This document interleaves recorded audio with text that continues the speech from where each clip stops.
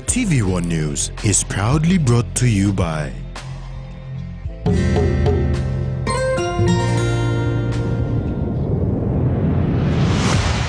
BSP, our bank, our people.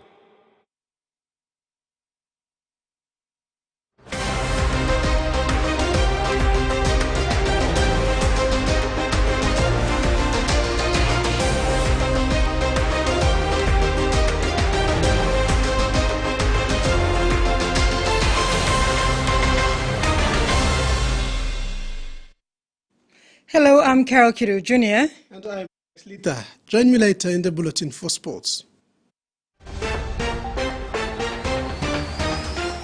In this edition, new ambulance for Lay, NCD schools get subsidy checks, and Muruk's coach impressed with recent win.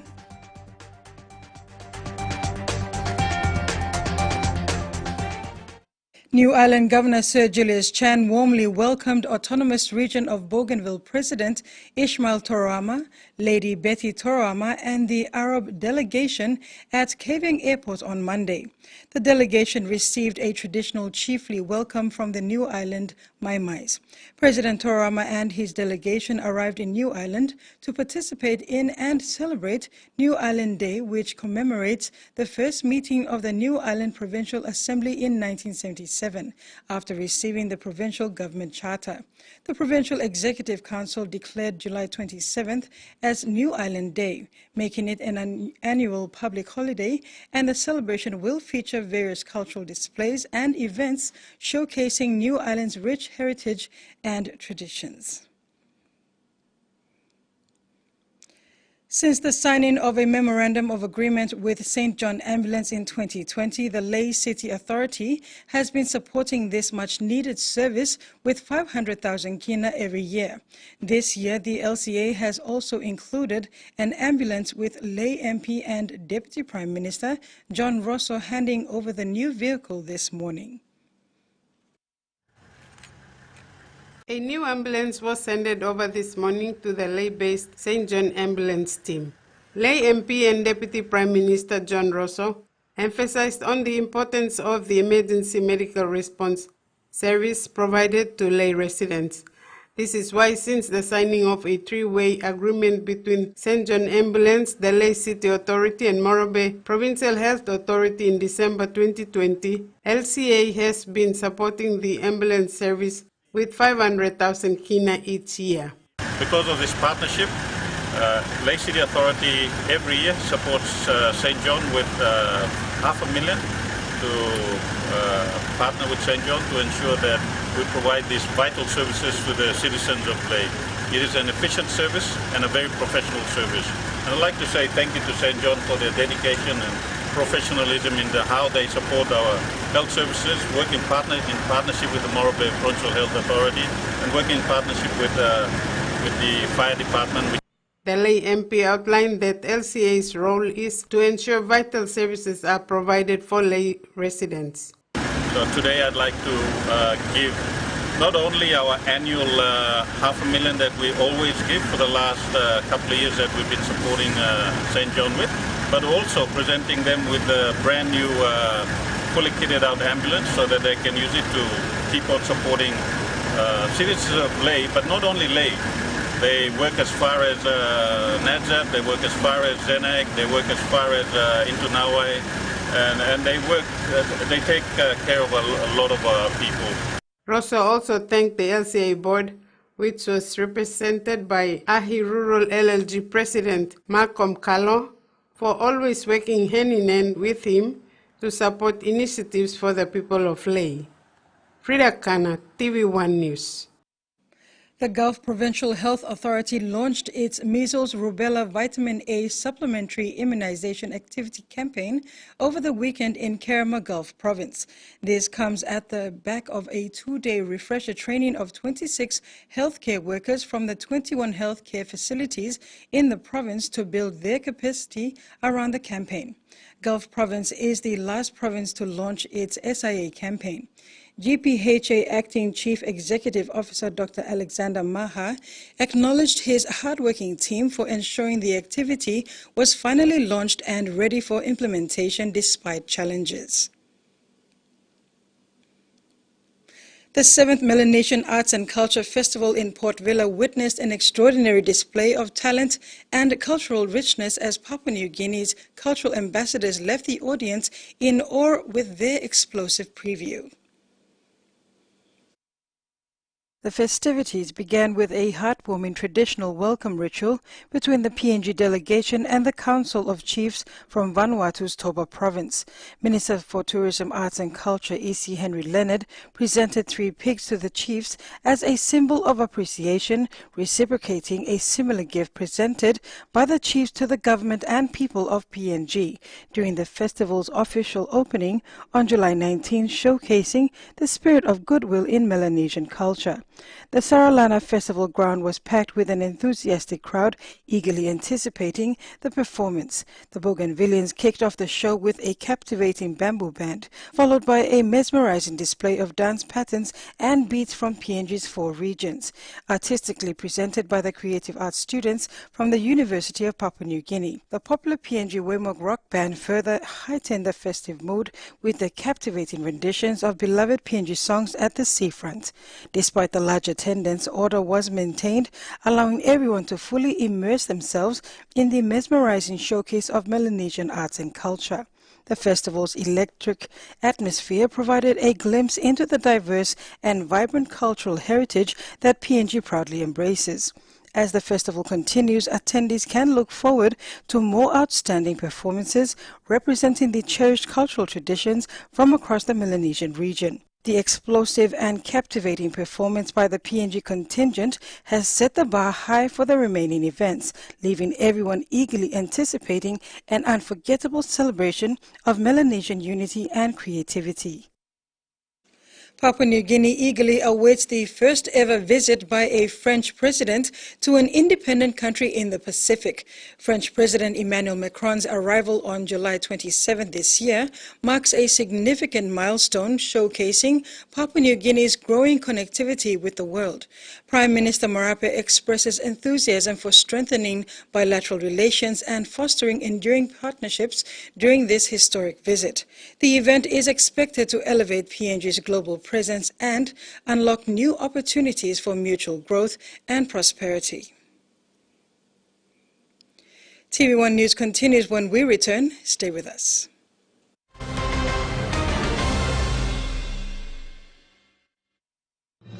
Experience a convenient and smarter way to do your banking with BSB Mobile Banking. You don't have to leave the office or your home to pay for bills. You can view your account balance, transfer funds, top up phone credits, or purchase EasyPay units wherever you are. Visit your BSB branch today to register now for BSB Mobile Banking. BSB Mobile Banking, the smarter way to bank. BSB, our bank, our people.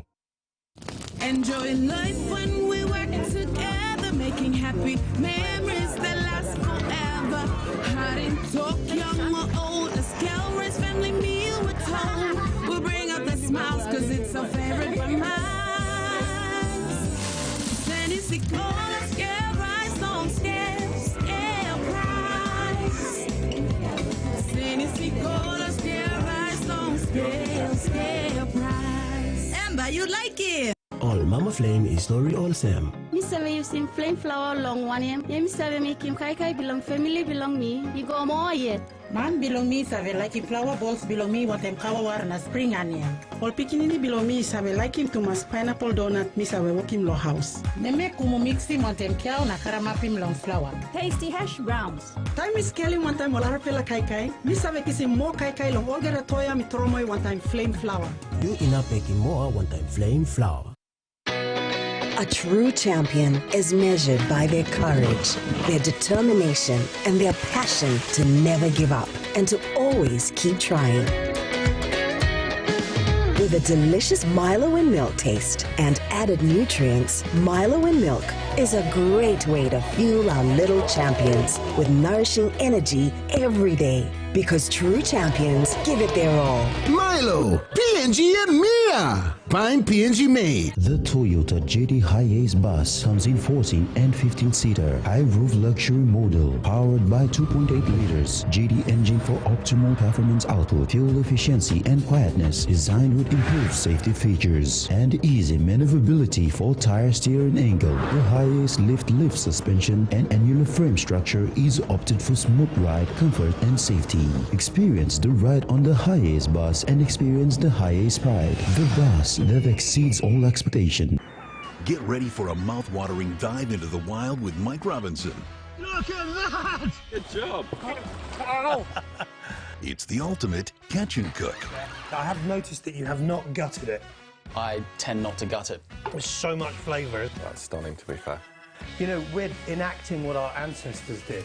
It's in our DNA to do this. Fishing the Wild. Streaming now on Outdoor.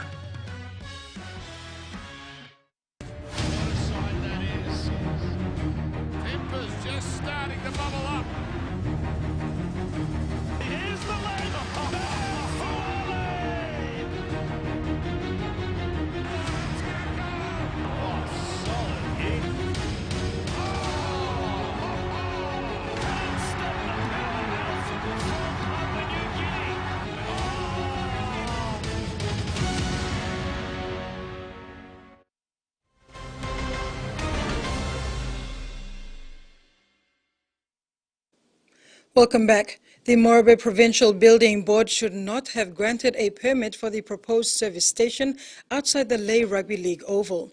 Member for Lay and Lands Minister John Rosso said the issue surrounding Portion 20, Section 67 at Markham Road was brought to his attention when he was elected and became the Lands Minister. He said he did not support the signing over of the title, but when the matter went to court for a second time and was granted, he was, as Lay MP, signed the title over to avoid being in contempt of court. Meantime, the Ombudsman Commission has asked all parties involved to put the service station construction on hold while it probes into the process of how the land was obtained and leased for commercial purposes. Morobe Provincial Administrator Max Bruton said all issues have been captured by the OC, including officers involved in the deal from Lay and Port Moresby. The Livestock Development Corporation Limited has signed an MOU with 2 new policy and legal consultants who will proceed with the outstanding Livestock Development Corporation Bill and the Livestock Policy. The LDC Board and Management expects to have a draft policy ready for tabling in November Parliament, according to Managing Director Terry Coim. We have done a lot of rehabilitation under the MTDP3. We have done rehabilitation, we have done restocking. We are now trying to put this all under in a policy context. The policy that we are trying to set up will be aligned to the MTDP4, which has been recently launched by the government at the APEC House. MD Coim said the company has engaged an animal vet to complete the process of the preparation for the livestock bill, which began in 2010 to 2012. The livestock bill was previously drafted back in 2010, 2011, and 2012.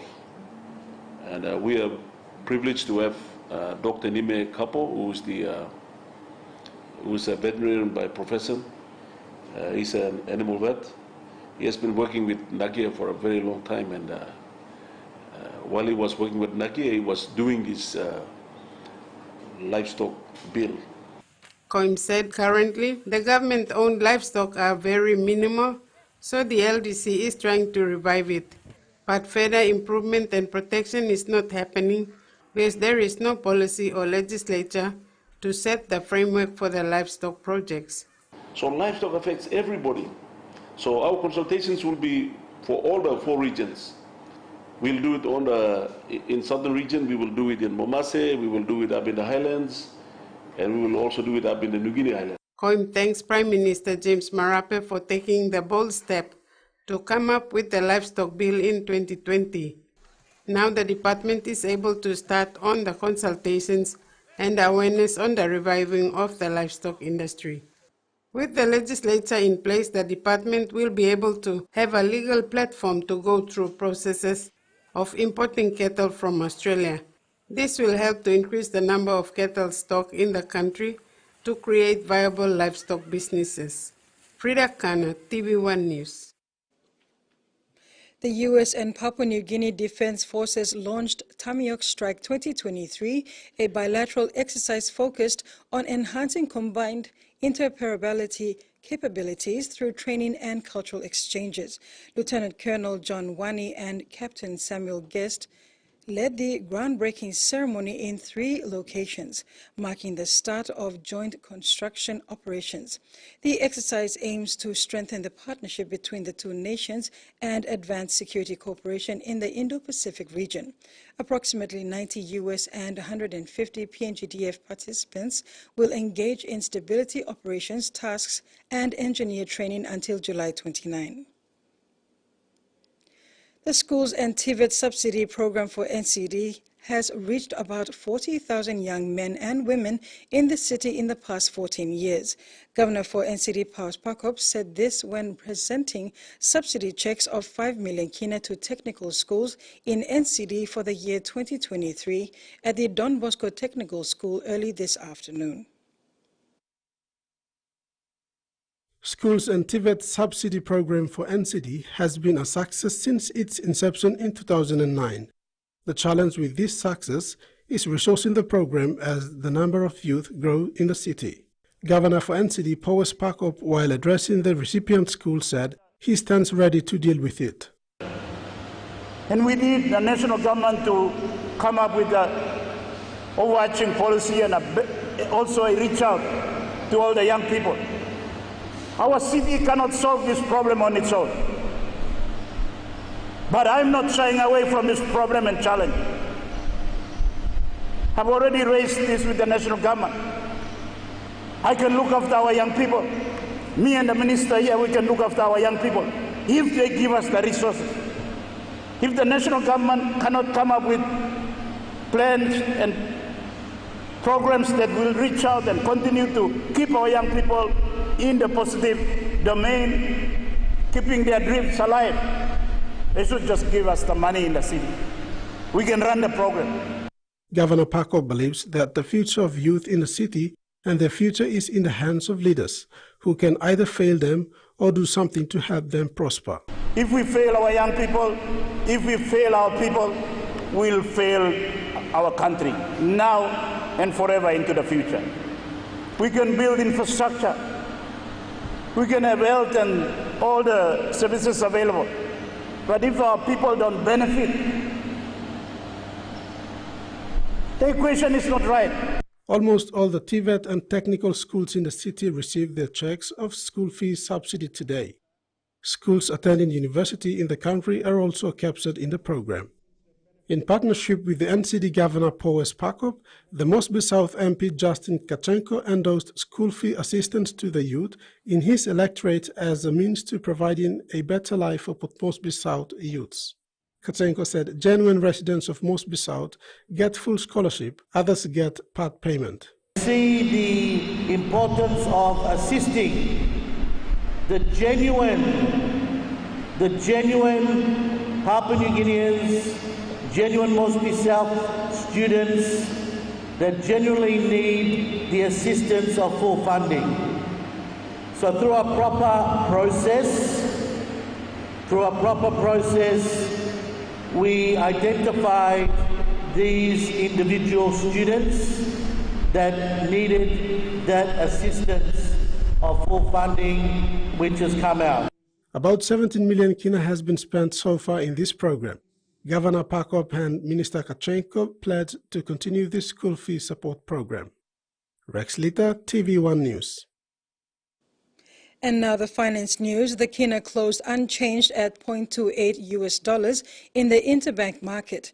At Bank South Pacific, our kina was buying $0.2725 US, $0.4013 Australian dollars, $0.2386 euro, and 38.17 Japanese yen. Looking at commodity prices at New York close, gold, coffee, and cocoa closed higher. The rest closed a day lower. And on the stock market, The Dow Jones closed higher, ASX closed higher, and all ordinaries closed higher as well. You're watching TV1 News. Regional news is next. Stay tuned.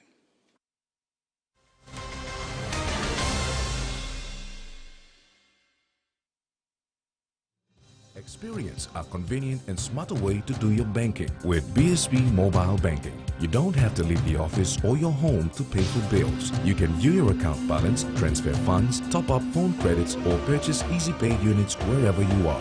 Visit your BSB branch today to register now for BSB Mobile Banking. BSB Mobile Banking, the smarter way to bank. BSB, our bank, our people. He loves the Maroons. He loves the Blues. But there's one thing that brings everyone together. SB Lager, Bungim Yumi. A quick favorite meal for the day does feel good. Snacks noodles is my choice for a simple meal. It is easy to prepare and fast to cook. And with a touch of flavor and ingredients, quality noodles that can be cooked and enjoyed in many different ways. You see, my whole family loves it. It's made here in PNG and comes in different pack sizes. Snacks noodles, tastier by you like it more. Hiya, Mama. You wait then, but me add him special flavor. Put in more flavor, put in more taste. Magic kakaru, get up and big smile on face. Time for Kim chicken, a great kumutu. Sip, sip, the moo, yes, magic on you. Maggi, the taste PNG loves. Hardware House launches the low-cost quick build kit home, built with quality building materials from the leading manufacturer of steel products and kit homes, Atlas Steel. Going now at introductory prices: 1-bedroom kit home at 79,000 kina, 2-bedroom kit home at 99,900 kina, and 3-bedroom kit home at 125,000 kina. You can also opt for solar units to be installed in the kit home at an extra charge. For more information, email info@hardwarehouse.com.pg.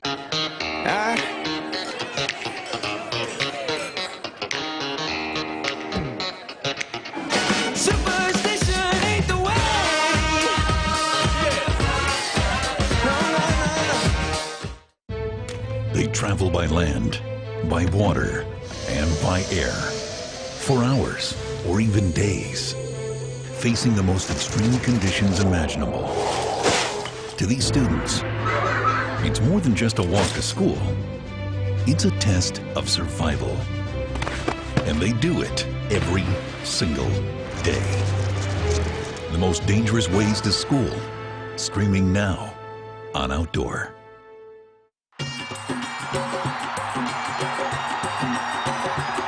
The ICC Men's Cricket World Cup 2023 is almost here. What a beauty! He's on absolute fire!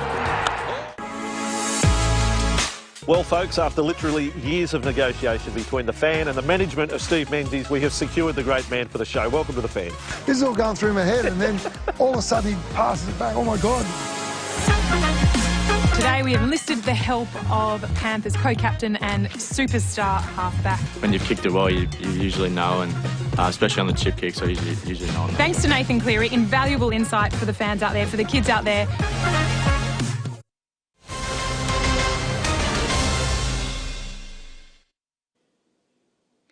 Welcome back. In regional news, United States Navy Secretary Carlos Del Toro said the major multi-nation military training exercise launched in Australia sent a message to China that America's allies were cooperating to defend their security and democratic values.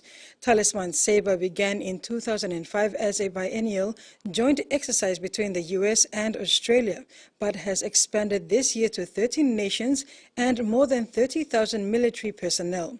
Fiji, France, Indonesia, Japan, South Korea, New Zealand, Papua New Guinea, Tonga, the UK, Canada and Germany are taking part in this year's exercise that ends on 4th of August. The Philippines, Singapore and Thailand are attending the exercise as observers. United States Secretary of State Antony Blinken will visit the Pacific this week, his third foray to the region to discuss security cooperation with New Zealand and Australia.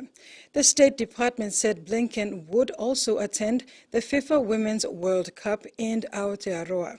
But first, he will dedicate the U.S. Embassy in Tonga on Wednesday, a move many experts say is part of Washington's plan to counter China's growing influence in the Pacific.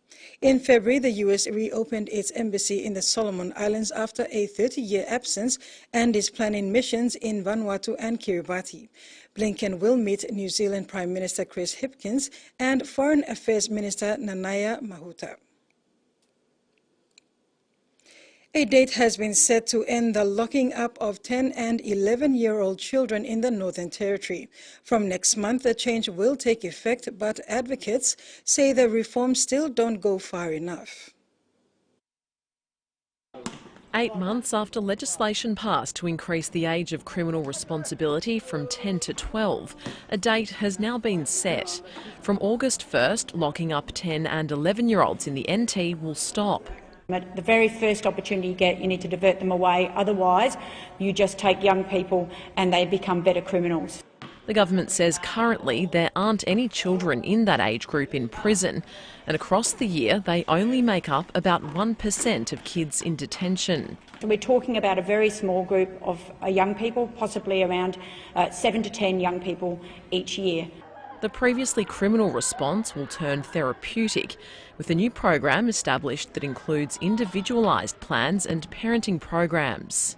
Of course, a young person under the age of 12 doing the wrong thing will be dealt with accordingly. Justice reform advocates say the move is a good start, but they want to see the government go further to meet the United Nations recommendations. If we can be, diverting kids away from the justice system up to the age of 12, why can't we be doing it till 14? Their comments backed up by the NT's Acting Children's Commissioner Nicole Hucks too, who wants to see the age raised to 14 within 2 years.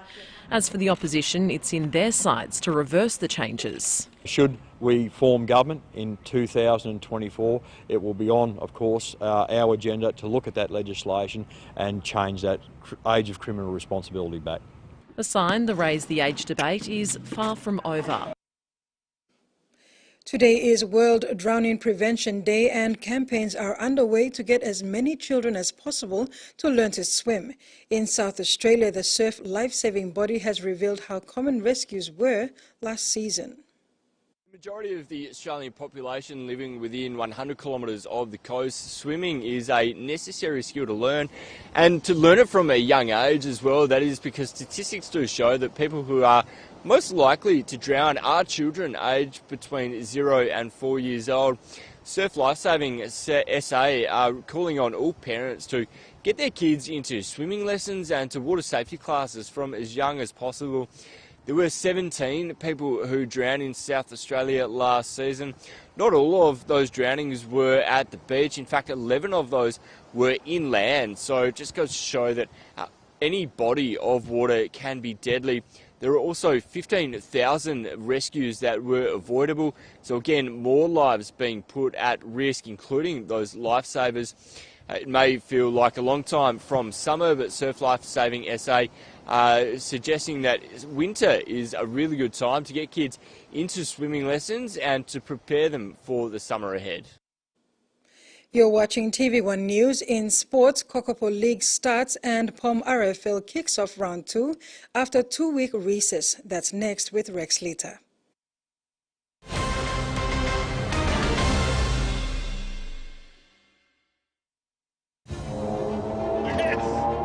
It's in the highs and in the lows. It's in the big things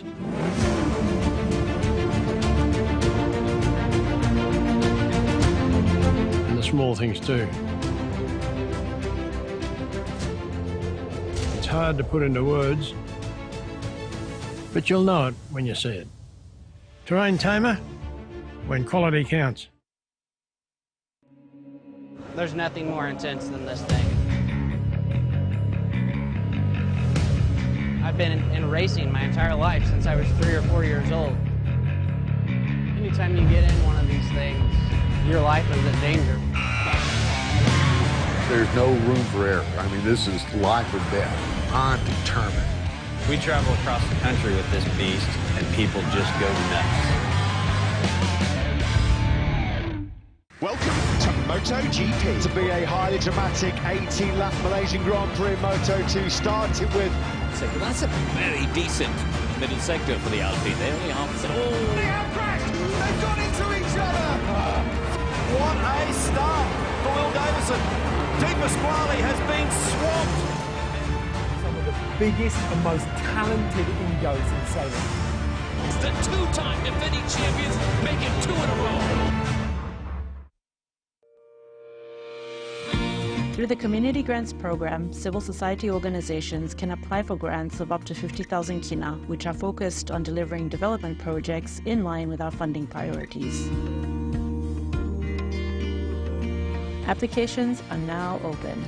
Applications close in September 2023 at 5 p.m. For more information, visit foundation.digitalpacific.com.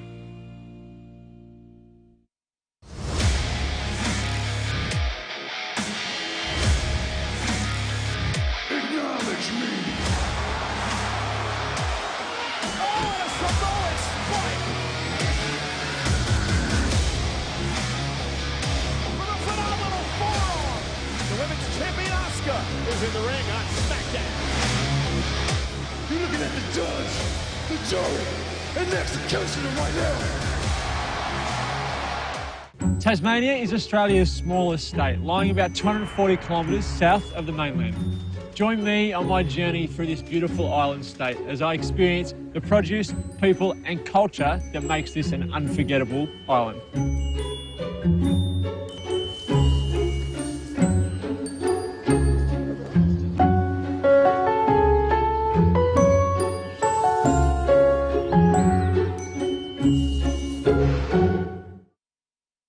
Hi and welcome to Adventure All Stars, the travel show with a difference. Every episode features authentic cast members travelling to secret locations. They don't know where they're going or what they'll be doing as they uncover the best and most exciting experiences on the planet.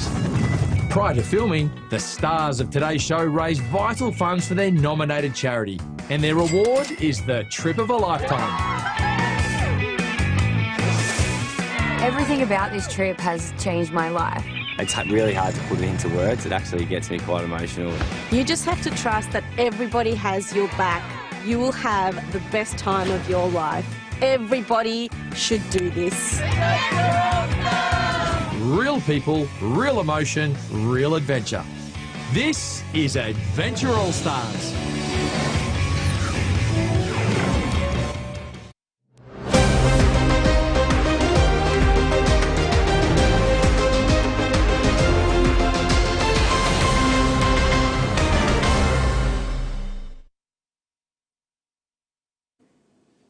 Welcome. In sports, PRK Mandy Murug's coach Roderick Puname couldn't expect nothing less than a morale-boosting victory over traditional arch rival East New Britain Egma Krabal Gurius 24-12 in their round 14 clash played at Santos National Football Stadium on Saturday. The last time the two teams met was in Leh, back in round 3, where Murugs had the upper hand over Gurius, beating them 18 points to 2. PRK Mandy Murug's coming off a shocking loss to West New Britain Provincial Government Kimbe Cutters in round 13, had everything to play for on Saturday and did it the hard way against an equally strong East New Britain Egma Gurius side. Coach Puname said their game plan was to match them through the middle, which they did. He praised his boys for their outstanding effort. The game was good. It was everything that we expected. We obviously came from a loss after before the bye, so we came here. We knew Gurius were a quality side with the pack they had.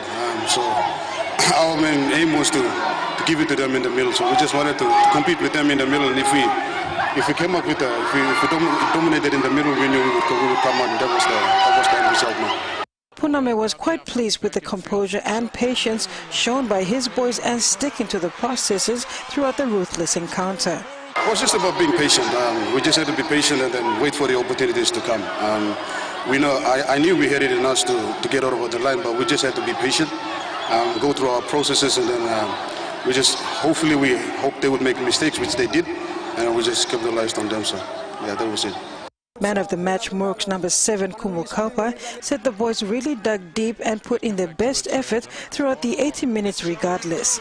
Thank you coach, trainer lo panam nili satin we mibla lekilem lo through lo passes through lo kicking game how lo controlling mo pressa haino yang plus stage se mibla ba controlling pressa mito thank you go begen lo coach management lo mi trainer lo mi lo ato gol gilo mibla executing through into lo real game situation na mibla mixes la 2 points.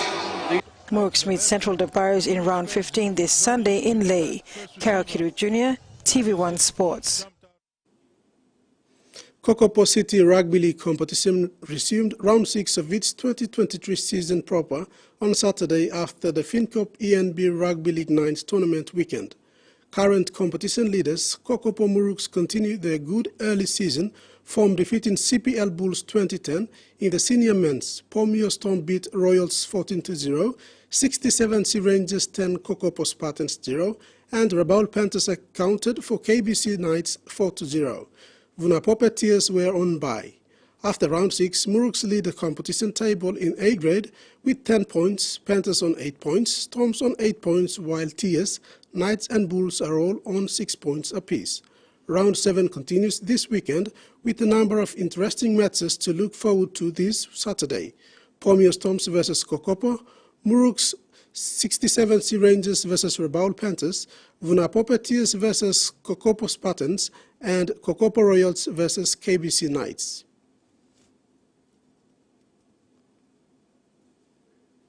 SP Port Moresby Rugby League competition round 2 games started over the weekend after a 2-week recess.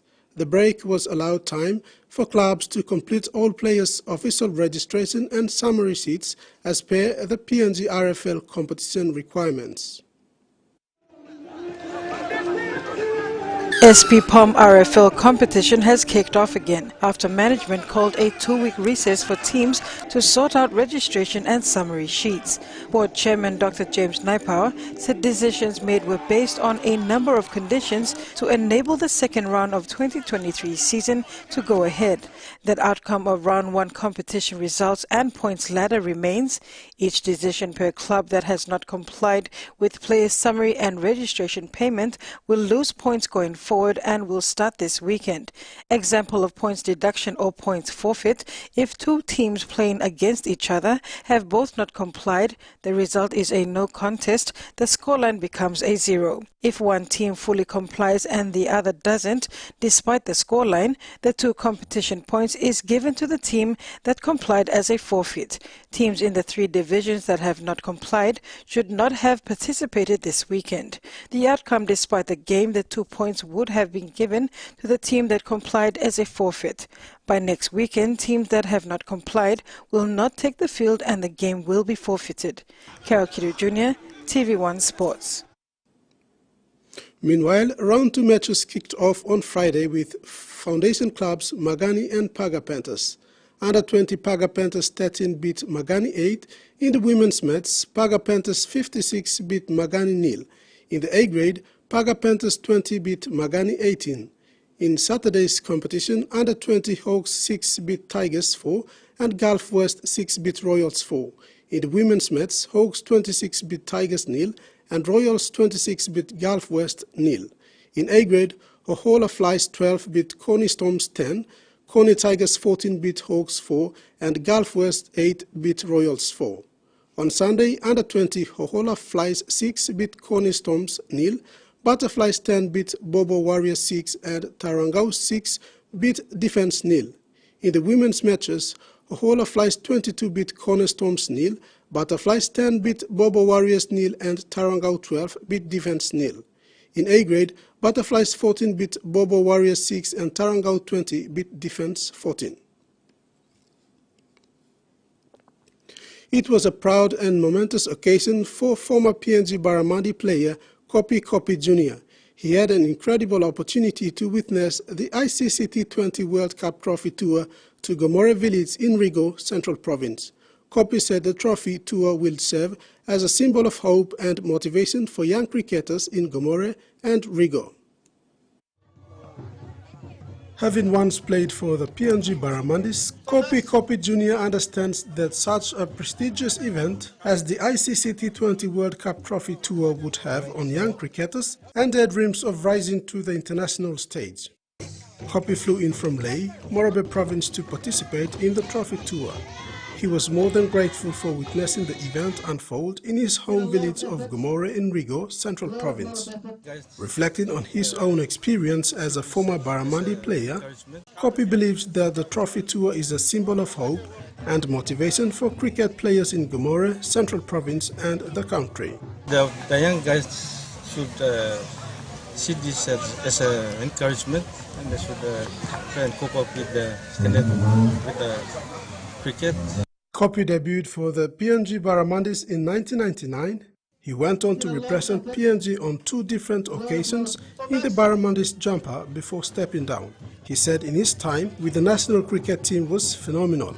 I played just 2 games, one for Asia Cup in New Zealand and the World Qualifying tournament at Canada. But it was a very good experience. After his short stint with the Barramundis, Kopi returned to Lae, where he has lived since. He flew in to witness the trophy tour and has returned to Lae. An unexpected pairing between a suburban soccer club and a German giant will deliver international opportunities for Australian talent. The youth development deal will see Brisbane team head to a club renowned for developing superstars. My name is Melanie LaFrance and I play left back, midfield and left wing. Remember the name, because this Brisbane young gun will be going places. I hope to one day play for the Matildas. Melanie LaFrance will be pulling on a less familiar yellow and black kit at Dortmund's training academy later this year. The talented teen couldn't believe it when she heard. I was screaming and stuff of excitement. Obviously I had to pull over because I was in shock. When I played, we had planes in my day, but we just never got on them. The Wolves hope to see more players heading to the airport, blazing a trail for others to follow. We've seen a lot of young, talented girls, as well as boys, and that transition to come and train and play in Germany is there for the taking. Couldn't happen to a better person than Melanie in a World Cup year. The 14-year-old has been at the Wolves since she was 4 years old. She's one step closer to her goal of playing professionally.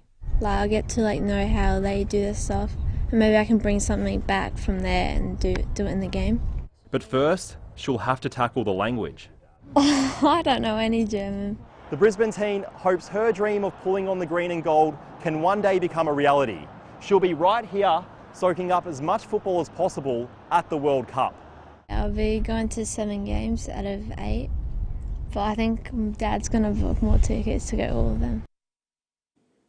That's all we have in sports. Here is the weather for the next 24 hours.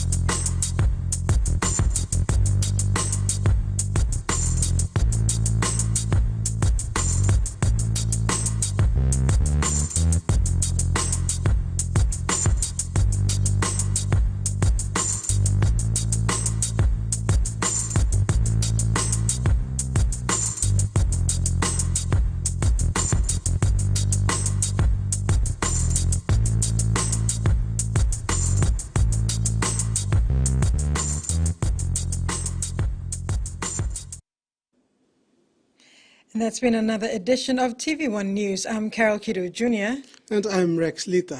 Bye for now.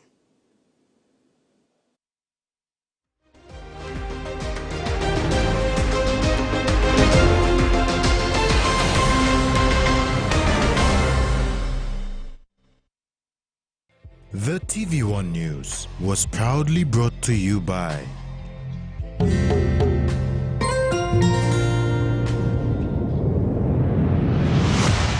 BSP, our bank, our people.